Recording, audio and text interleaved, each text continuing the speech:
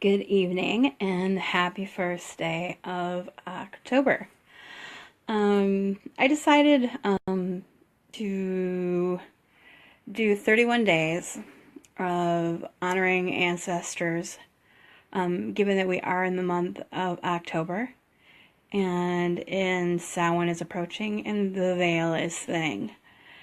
And given that ancestor work is key for me, it's not like I don't honor my ancestors during any other time, but particularly during this time is when they're closer, and it's just my way of showing even deeper respect and welcoming them back home during this time. Given it pays homage to my Latin roots, my Mexican roots, which I'm so grateful for. And so I figured either I would show a little bit of my altar, which will be evolving. I just changed it up for now. I've got my tree. I still have to add my little pictures. I'm just going. I got my selenite to keep it clean. Here we go, right here. 3 candles. Got me some stones. These are the new stones that I picked up for my ancestor worship. There's the angelite, the merlite, and the serpentine. These back here are some rocks that a coworker picked up for me. Darla from work, when she went up, they were up on Lake Huron. So I'm all about my Huron rocks. That's actually where these other ones came from as well. I've had this for many, many, many, many years. Picked it up thrifting. Yay, because that's what we do. Also, too, on my altar, I have my copper cauldron, which is well loved, and my little star, my starlights that I absolutely love, and yep, in my bell, the clear space. Back here is my cat, my familiar, my baby, Nikki, that I lost the day after Thanksgiving last year, and that's my brother, whose anniversary of his death is tomorrow. So hence why he's front and center on the altar this time, because it's very prominent and prevalent for me, and very important today. And we'll be working with throughout the month, and has been throughout the whole year. And also, too, up above, I have this wonderful piece. It's an ancestor talisman totem that I picked up at Ingress, Eugen, when they had it. I love what she did. It's Maori inspired, which is actually from Maori people are from New Zealand.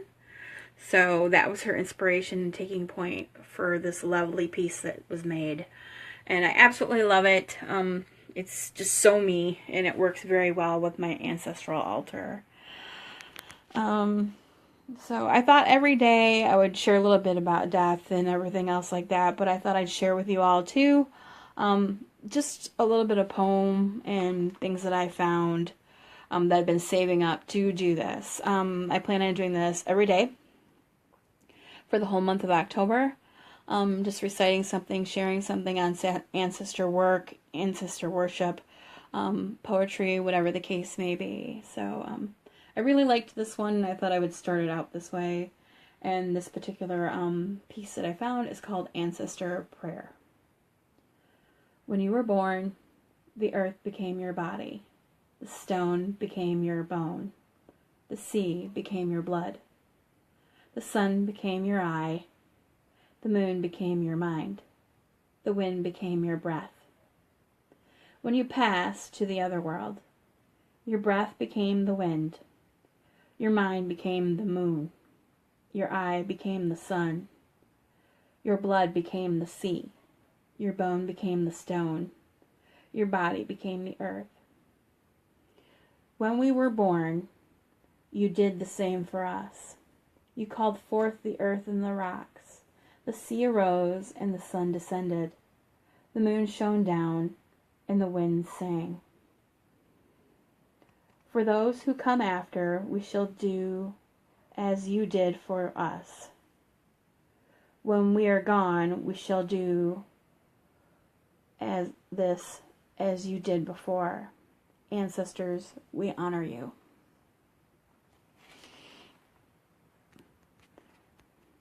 A lot of people sometimes don't understand ancestor worship, and I'll briefly explain. We all have ties to our past, and our past makes us who we are, and it enriches us, it enlightens us, and it's where we come from.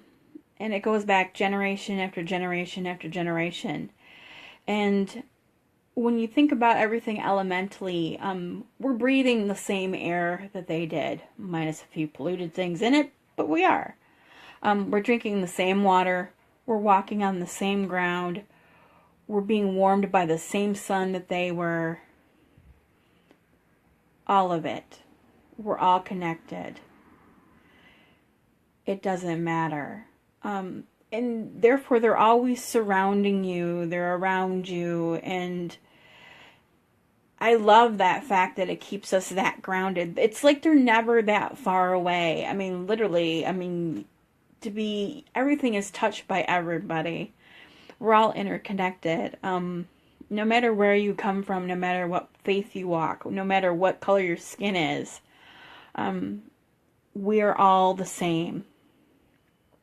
And that doesn't change. And many cultures throughout history have chosen to worship their ancestors because they realized the importance of that, because they knew that's where they came from. And we don't do that anymore like they did. And I think that's half the reason why we've lost touch with so many things around us. Our indigenous ancestors respected the land, they respected the water, they respected the whole cycle of life. They embraced it. Death wasn't always a bad thing. In Aztec culture, they embraced death. To them, it was just another avenue for you to walk on, and it was just a continuation of a start of a new journey. Death was never feared by them because they knew there'd be something else later. And I've always loved that concept. About the Aztecs. They really didn't fear it the way people fear it now. And other cultures didn't fear it either. They just knew it was just another part of the cycle because they could see things around them dying and things being born, and it was just natural. It's just like how we fear getting old and everything else when that's just a natural cycle of what is throughout history. But anyways, I thought I'd just take time to share. I'll probably post this, I think, up on another board too, before my dogs go crazy downstairs. Let's see. Okay. Flip it back to me.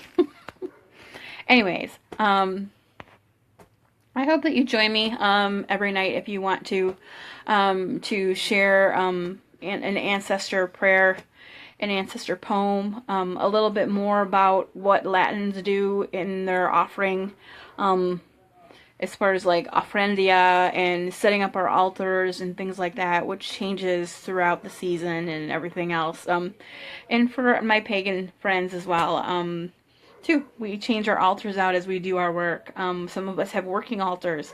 Some of us have altars that we just keep up all the time. Some of us take us down and then do and change them out according to our sabbats, or during the seasons, which are 8 in a cycle. And we can talk about that later. But if you're interested and you want to hang out, I'd love for you to join me for the next 31 days as I choose to do this to honor my ancestors and share that information with you.